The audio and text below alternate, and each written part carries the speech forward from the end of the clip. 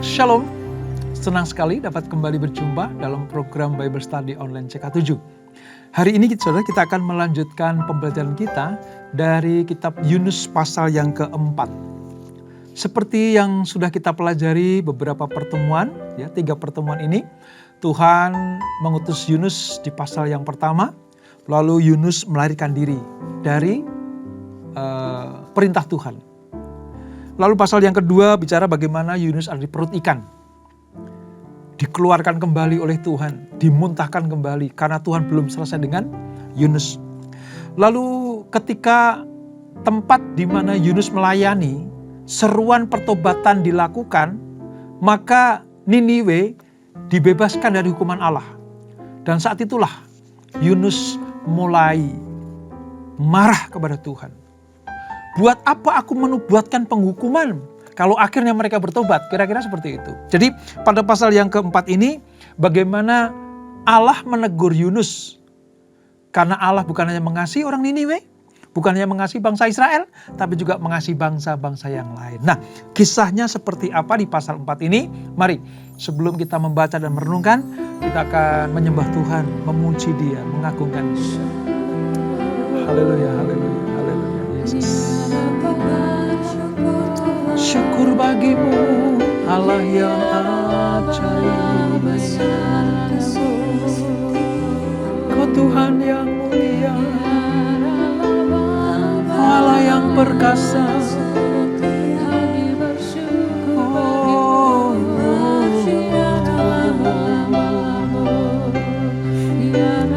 Syukur bagimu Tuhan, syukur bagimu Yesus.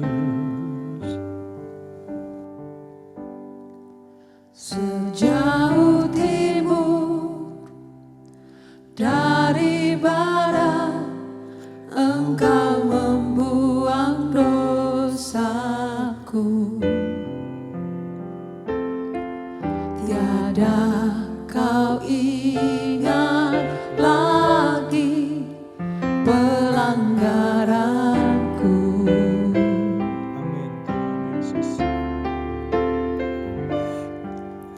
Jauh ke dalam tumit laut, Kau melemparkan dosaku. Tiada kau perhitungkan kesalahanku.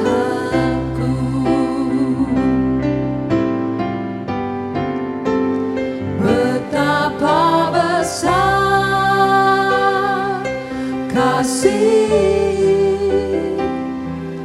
pengampunanmu Tuhan.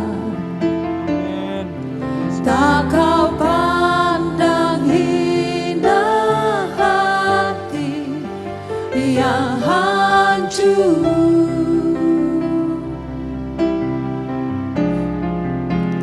Ku berterima kasih kepadamu ya Tuhan. Pengampunan yang Kau beri, pulihkanku. Amin, Yesus. Sejauh timur dari barat, Engkau membuang dosaku. Tiada kau ingat lagi pelanggaranku.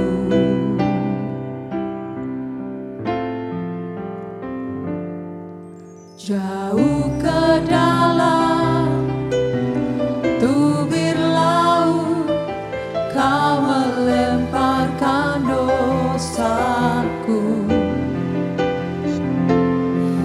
Tiada kau perhitungkan kesalahanku.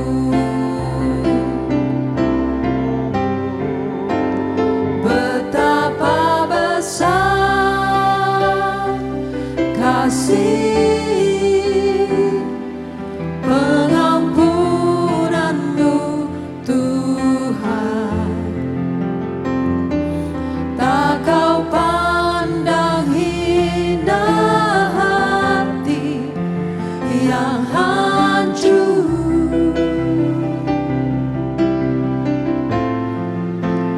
Ku berterima kasih kepadamu ya Tuhan. Pengampunan yang kau beri pulihkanku.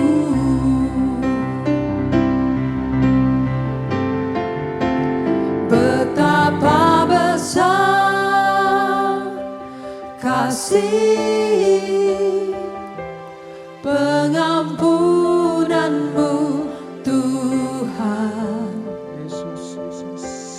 Tak kau pandang hina hati yang hancur.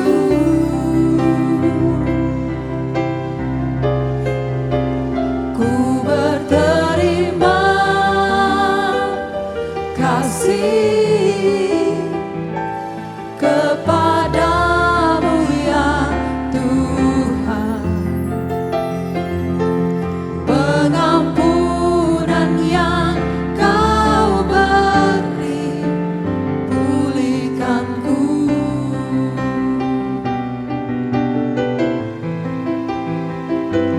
Pengampunan yang kau beri, pengampunan yang kau beri, pengampunan yang kau beri pulihkanku.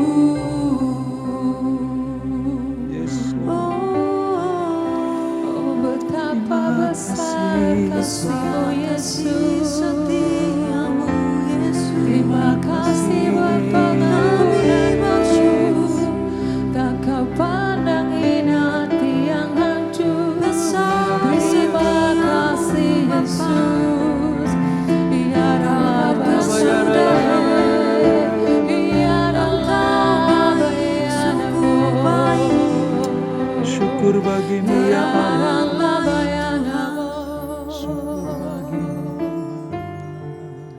Dengan apa kan ku balas segala kebaikanmu? Segenap hatiku menyembahmu Yesus. Ku bersyukur padamu. Dengan apa kan ku balas segala kebaikanmu? Segenap hatiku menyembahmu Yesus. Ku bersyukur padamu. Dengan apa kan ku balas segala kebaikanmu? Segenap hatiku menyembahmu Yesus. Ku bersyukur padamu. Segenap hatiku menyembahmu Yesus. Ku bersyukur padamu. Segenap hatiku menyembahmu Yesus. Ku bersyukur padamu selamanya. Amin, amin, amin. Dengan cara itulah Tuhan kami membalas kasih-Mu. Dengan cara itulah kami membalas kebaikan-Mu ya Yesus. mengucap syukur, beribadah, melayani, hidup dalam firman-Mu. Itulah cara kami membalas Tuhan. Terima kasih Bapa. Kemuliaan, kebesaran, keagungan hanya bagi nama-Mu. Dan sekarang kami akan melanjutkan pembelajaran kami. Urapi kami Tuhan. Dalam nama Yesus, mari yang siap belajar firman Tuhan. Sama-sama kita katakan, amin. Kita persiapkan pembacaan kita saudara dari Yunus pasal yang keempat, ayat 1 sampai dengan ayatnya yang ke-11. Perjanjian Lama halaman sekitar 1455. Saya membaca dalam Alkitab terjemahan baru yang kedua. Demikian firman Tuhan. Belas kasih Tuhan melampaui kepicikan Yunus. Kalau di Alkitab yang terjemahan pertama itu Yunus insaf, sebab Allah mengasihi bangsa-bangsa. Demikian firman Tuhan. Tetapi hal itu membuat Yunus sangat gusar dan marah. Lalu ia berdoa kepada Tuhan. Ya Tuhan, bukankah hal ini telah kukatakan ketika aku masih di negeriku? Itulah sebabnya aku dahulu melarikan diri ke Tarsis. Sebab aku tahu bahwa Engkaulah Allah yang pengasih dan penyayang, panjang sabar dan berlimpah kasih setia, serta yang menyesal atas malapetaka yang hendak datangkannya. Sekarang ya Tuhan, ambillah kiranya nyawaku, karena lebih baik aku mati daripada hidup. Tetapi firman Tuhan, patutkah engkau marah? Yunus keluar dari kota itu, lalu duduk di sebelah timurnya. Di situ ia mendirikan sebuah pondok dan duduk di bawah naungannya, melihat apa yang akan terjadi atas kota itu. Atas penentuan Tuhan Allah, tumbuhlah sebatang pohon jarak melampaui kepala Yunus untuk menaunginya agar ia lepas dari kegusaran hatinya. Yunus sangat bersukacita karena pohon jarak itu. Tetapi keesokan harinya ketika fajar menyingsing, atas penentuan Allah datanglah seekor ulat yang menggerogoti pohon jarak itu sehingga layu. Ketika matahari terbit, atas penentuan Allah bertiuplah angin timur yang panas dan sinar matahari yang menyengat kepala Yunus sehingga ia rebah tak berdaya. Lalu ia minta mati katanya, lebih baik aku mati daripada hidup. Firman Allah kepada Yunus, patutkah engkau marah karena pohon jarak itu? Jawabnya, selayaknya lah aku marah sampai mati. Lalu Allah berfirman, engkau mengasihi pohon jarak itu padahal engkau tidak berjerih payah atau menumbuhkannya. Ia tumbuh dalam satu malam dan binasa dalam satu malam pula. Bagaimana mungkin aku tidak mengasihi Niniwe, kota yang besar itu, yang berpenduduk lebih dari 120.000 orang, yang tidak tahu membedakan tangan kanan dan tangan kiri beserta ternaknya yang banyak. Nah, ini pasal 4 ini menceritakan bagaimana Yunus mulai komplain sama Tuhan. Lihat Tuhan, benar kan? Ya. Dari dulu sejak di negeriku aku udah berkata, itu orang, itu bangsa, Niniwe, jahatnya luar biasa. Ya, luar biasa. Begitu aku kasih pengertian bahwa mereka dihukum, mereka bertobat. Aku tahu kalau mereka bertobat pasti engkau akan mengampuni. Jadi buat apa aku mewartakan kebenaran buat mereka, menubuat tentang penghukuman, toh akhirnya mereka bertobat. Gitu. Ini sebuah dialog antara Yunus dan Allah. Nah mari kita lihat saudara, seperti apa sih peristiwa ini gambarannya. Begini, hal-hal ketika Allah mengampuni Niniwe itu membuat kesal hati Yunus. Ini sebenarnya ironis saudara, mengapa? Lah Yunus itu kan nabi Tuhan. Tugas nabi itu salah satunya kan memberikan kabar tentang kebaikan Tuhan. Kalau kabar itu diterima oleh mereka, mereka bertobat, dipulihkan, nabi kan senang harusnya. Tetapi Yunus enggak. Yunus sudah mengecap orang Niniwe itu jahat. Ya memang jahat. Memang jahat. Tetapi ketika demi mendengar nubuatan Yunus bahwa mereka akan dihukum Tuhan, mereka bertobat, berbalik dari jalan yang jahat. Lalu mereka diberkati Tuhan, diurapi Tuhan, dipulihkan Tuhan. Yunusnya yang marah. Ini saudara. Jadi Yunus marah karena Allah memutuskan untuk mengampuni orang Niniwe. Yunus tidak ingin Allah menyelamatkan musuh Israel ini, gitu. Karena Niniwe itu musuh Israel. Nanti ya kita akan tahu mengapa Niniwe itu musuh Israel yang sangat-sangat besar sekali. Persoalan dasar Yunus sebenarnya adalah ia tidak benar-benar mengabdi kepada kehendak Allah. Kehendak Allah, orang yang berdosa dikasih teguran bertobat. Itu kehendak Allah. Lepas dari orang Israel. Entah itu orang non-Yahudi. Kalau mereka ditegur Tuhan, bertobat, maka Allah tidak menjatuhkan hukuman. Hukuman sudah dirancangkan, tapi kalau mereka bertobat, dicabut kembali. Ini yang terjadi dalam peristiwa pertobatan orang Niniwe. Dan itu mengesalkan hati Yunus. Jadi kekesalan hati Yunus itu sebenarnya melambangkan bahwa dia tidak benar-benar mengabdi kepada Allah. Ia lebih khawatir kepada keamanan lahiriah Israel dibanding dengan pertobatan orang Niniwe. Seringkali kita kan begitu, saudara. Ya kan? Orang yang menganiaya kita, melarang kita beribadah, mengobrak-abrik tempat ibadah, ya kan? Itu memang kita cap sebagai musuh gitu. Dalam tanda petik, wah ini musuh kita ini. Tapi ketika Tuhan lewat caranya, musuh itu dalam tanda petik tadi ya, musuh bertobat.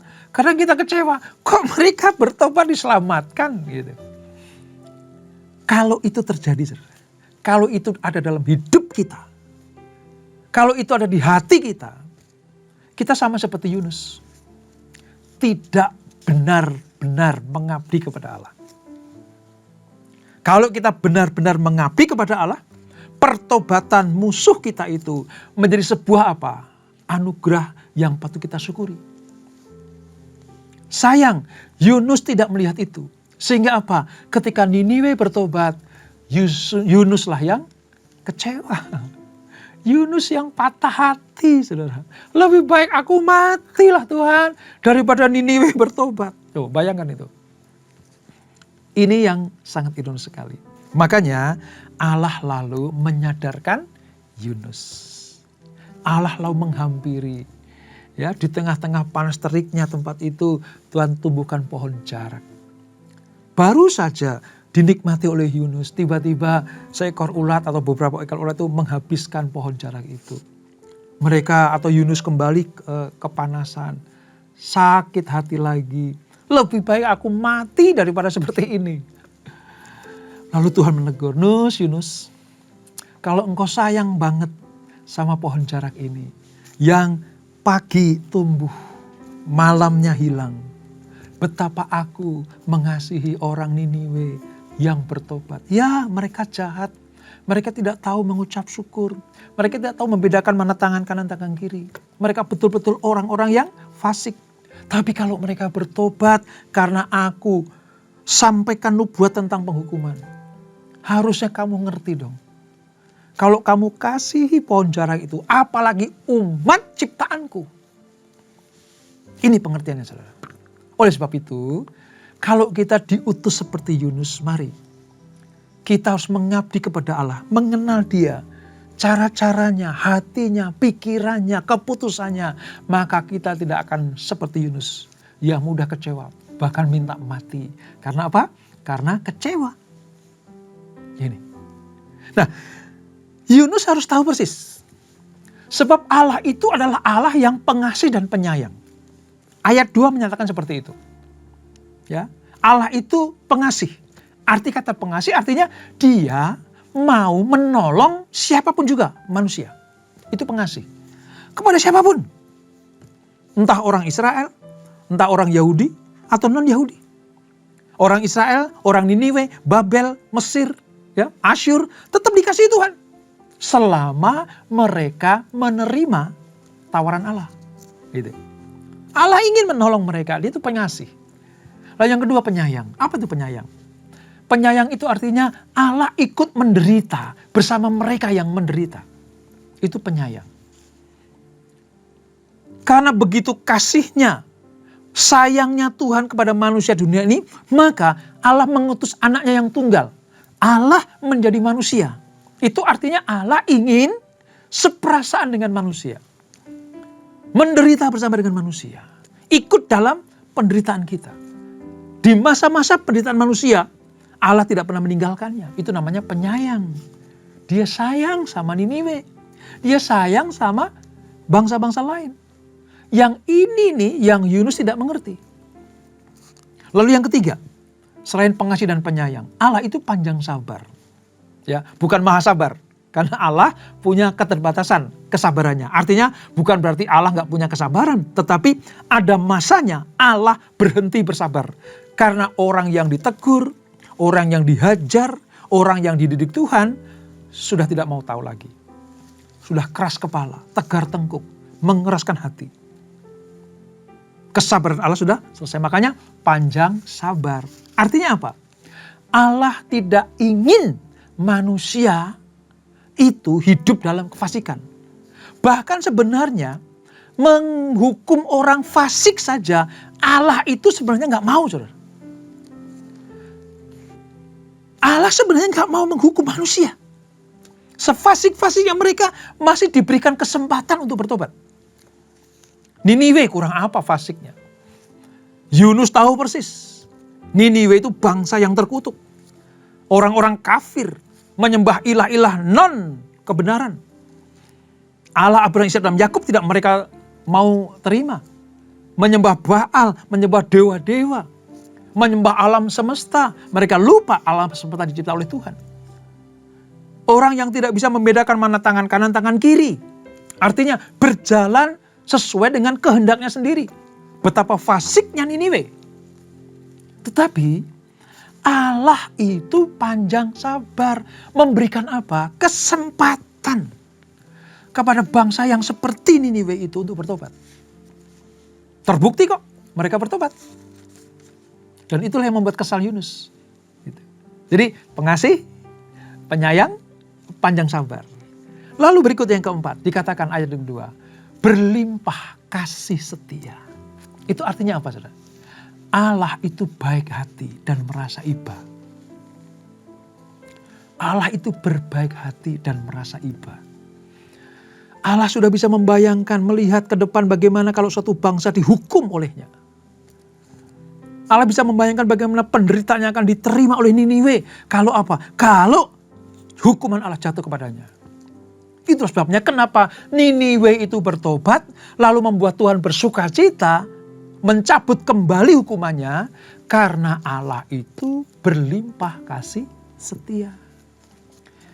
Ada rasa iba dalam diri Allah. Lalu ditutup dengan kalimat begini, menyesal karena malapetaka yang hendak didatangkannya. Artinya apa? Allah itu sebenarnya bisa membatalkan rencana penghukuman ketika orang bertobat. Dengar baik-baik, saudara. Allah bisa mencabut keputusannya kalau ada orang berdosa bertobat. Itulah sebabnya di ayat yang kedua ini Allah menjelaskan kepada Yunus, ini loh Yunus karakterku, ini loh Yunus perasaanku. Aku pengasih karena aku pengen menolong orang lain. Aku penyayang karena aku pengen sependeritaan dengan manusia. Aku panjang sabar karena aku tidak mau menghukum manusia sebenarnya. Bahkan orang fasik pun. Tetapi kalau mereka bertobat, aku akan berikan kesempatan mendapatkan anugerah. Aku berlimpah kasih setiaku. Sebab aku iba kepada orang-orang atau manusia yang menderita.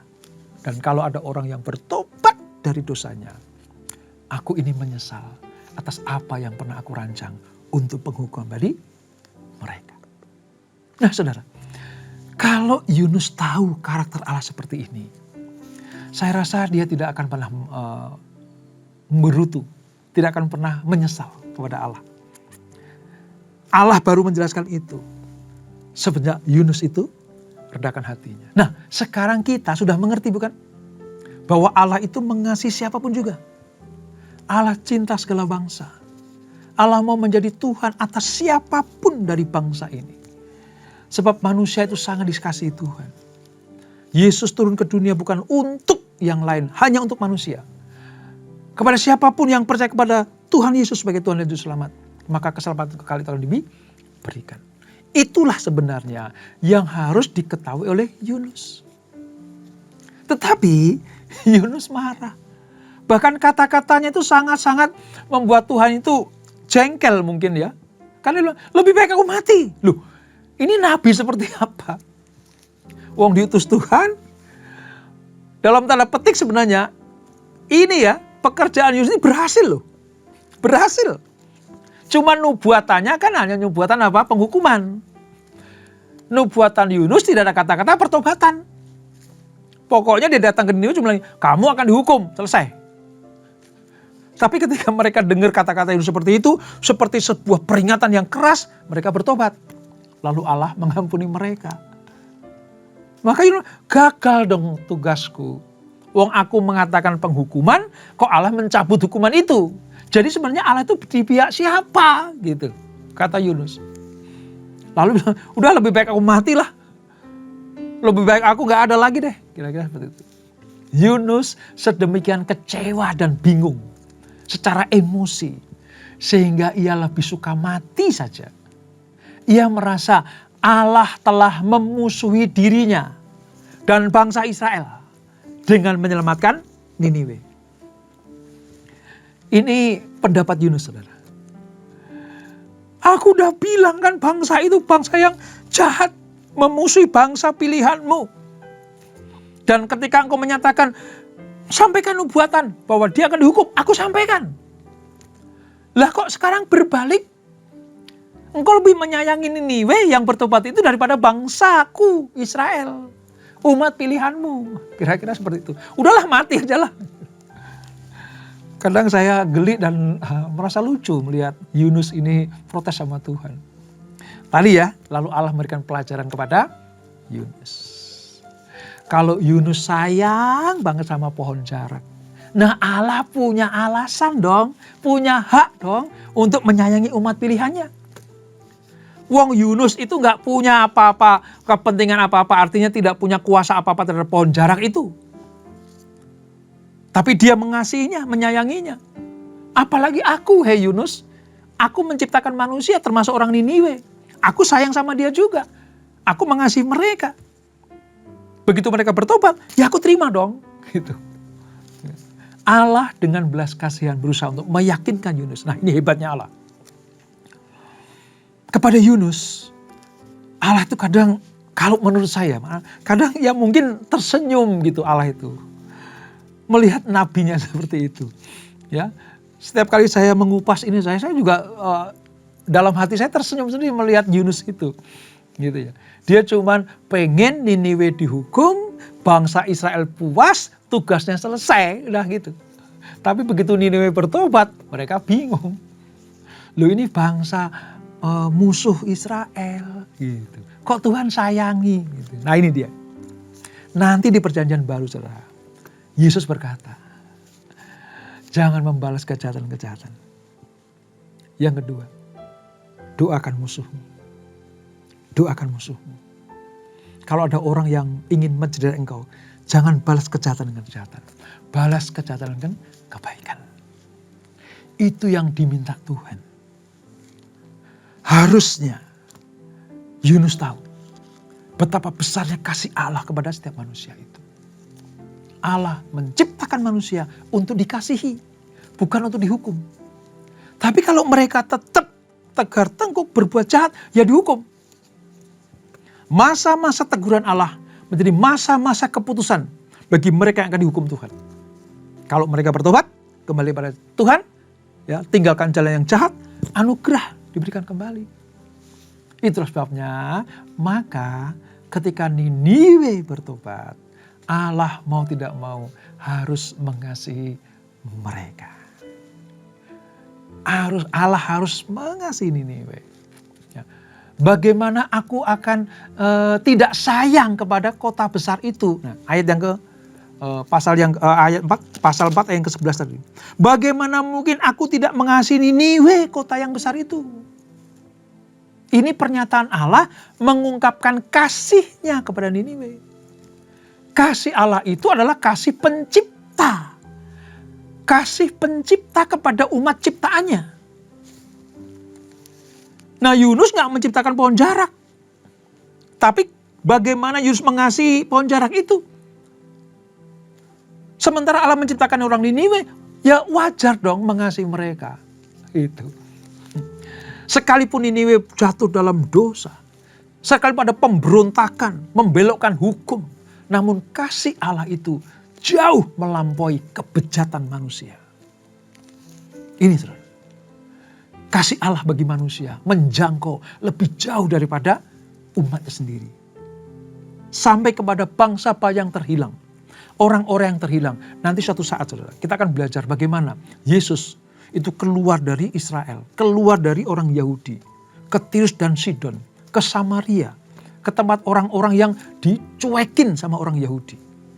Karena Yesus mengasihi segala bangsa. Inilah pelajaran yang harus kita mengerti. Nah, saya akan tutup dengan sebuah pengertian seperti ini tentang Niniwe, orang Niniwe, saudara. Yunus tidak menginginkan orang Niniwe itu bertobat, lalu mendapatkan kasih setia dari Allah. Sebab apa? Yunus tahu persis. Nanti kalau Niniwe bertobat, Allah akan mengampuni. Nah, Niniwe itu bangsa bagian dari kerajaan Asyur. Mengapa Yunus membenci orang Niniwe? Karena orang Niniwe itu adalah bangsa Asyur. Dan Asyur itu musuh besar Israel. Asyur adalah negara adidaya yang sering kali mengalahkan orang Israel. Ya Israel kalah karena dosa terhadap Allah. Jadi dalam pikiran Yunus begini, ini bangsa musuhku, bangsa Israel. Sementara Israel umat kepunyaan Allah, Niniwe bukan. Ini kesempatan untuk menghancurkan musuh dengan cara apa? Memberikan nubuatan seperti yang Allah ingin sampaikan. Itulah alasan mengapa Yunus membenci orang Niniwe. Menyesal, ya, sakit hati ketika mereka diampuni Tuhan. Sebenarnya kita jelas sekali melihat ini, saudara. Allah bagi siapapun, manusia ciptaannya, itu Allah itu menjadi Allah mereka. Kepada bangsa pilihan, ya diberkati, dipilih, disertai, dijaga. Kepada bangsa kafir, Allah memberikan kesempatan untuk bertobat. Jadi kalau mereka bertobat, ya diampuni. Nah, posisi kita sebagai Yunus harusnya bersyukur. Ada orang yang tadinya mau dimurkai Tuhan, tapi sekarang bertobat dan diampuni Tuhan. Jadi kalau ada musuh yang hendak mencelakakan kita, tapi karena anugerah Allah mereka bertobat dari jalan yang jahat, kita mengucap syukur. Karena keselamatan sampai kepada bangsa-bangsa lain. Dan itulah Yunus pasal yang ke-4. Kita berdoa. Bapa, terima kasih untuk anugerah-Mu, pelajaran yang indah buat kami semuanya. Kami mengerti sekarang bahwa Allah mengasihi umat ciptaannya. Kepada bangsa pilihan, kepada umat perjanjian, Allah memberikan berkat-berkat yang luar biasa. Tapi pintu pertobatan dibuka juga buat bangsa-bangsa lain. Supaya bangsa-bangsa lain itu mengenal Allah. Sekalipun mereka dinubuatkan akan dihancurkan Tuhan. Kalau mereka mendengarkan nubuatan itu lalu mereka bertobat. Lalu mereka kembali kepada Allah. Maka akan dipulihkan dan diberkati. Kami tahu perasaan Yunus. Dia mengerti bahwa ini adalah musuh Israel. Yang ada di hati Yunus cuma satu. Hancurlah Niniwe. Ini kesempatan Niniwe masuk ke dunia orang mati. Tapi ketika mereka bertobat mendapat anugerah Allah, harusnya Yunus bersukacita. Demikianlah kami ya Tuhan. Siapapun saudara kami, siapapun manusia yang bertobat kepada jalan-jalan yang jahat, tinggalkan jalan jahat, datang kepada Allah, harusnya kami bersukacita. Sebab untuk itulah tugas kami mewartakan Injil keselamatan, menjadi terang dan garam di tengah masyarakat ini, supaya mereka mengenal Yesus Kristus sebagai Tuhan dan Juru Selamat. Terima kasih Bapak untuk pelajaran yang luar biasa ini. Ampuni kalau kami punya sifat karakter seperti Yunus. Senang kalau orang dimurkai Tuhan. Ampuni kami Tuhan. Mulai saat ini kami bertobat. Kami mau mengasihi sesama kami seperti Tuhan mengasihi manusia-manusia lain. Terima kasih Bapak. Sebelum kami berpisah, kami siapkan hati kami terima berkat yang daripadamu. Kekasih-kekasih Kristus arahkan hatimu pada Tuhan. Terimalah berkat kasih anugerah dari Allah Bapa yang berlimpah-limpah di dalam anak yang tunggal Tuhan Yesus Kristus, dan persekutuan yang manis dalam Roh Kudus menyertai kita semuanya.